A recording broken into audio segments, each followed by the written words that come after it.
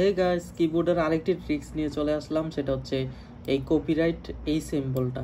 তো এই সিম্বলটা কিন্তু আমরা কিবোর্ডে কোথাও খুঁজে পাই না। তো এটা আমরা যখন টাইপ করব, টাইপ করার সময় কি টাইপ করলে সেটা পাবো, সেটা নিয়ে হচ্ছে এই ভিডিওটা। এটা হচ্ছে কপিরাইট সিম্বল, মানে এটা হচ্ছে কপিরাইট সিম্বল। তো আমরা কপিরাইট লিখি, কিন্তু কোনো কিছুর পাশে এটা যদি কপিরাইট হয় আমরা কিন্তু এই সিম্বলটা দিই। তো এই সিম্বলটা কিভাবে লিখবেন, সরাসরি আপনি হচ্ছে কি কিবোর্ডে অল্টার প্রেস করে 169 টাইপ করে ছেড়ে দিবেন, তাহলে হচ্ছে অটোমেটিক্যালি এই কিবোর্ড সাইনটা চলে আসবে, মানে কপিরাইট সাইনটা চলে আসবো। আমি দেখাচ্ছি নিচে। আমি হচ্ছে এখন অল্টার প্রেস করে আমি কত প্রেস করব, 169 মানে 0169 প্রেস করে এবার ছেড়ে দিচ্ছি।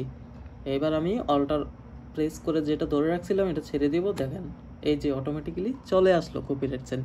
তো এই ট্রিক্সটা কেমন লাগলো আপনারা জানাবেন। আর এরকম যত ধরনের সিম্বল আপনারা খুঁজে পান না, সেটা কমেন্টস করেন, আমি আপনাদের জন্য ভিডিও মেক করব কিভাবে হচ্ছে টাইপ করবেন। ধন্যবাদ সবাইকে।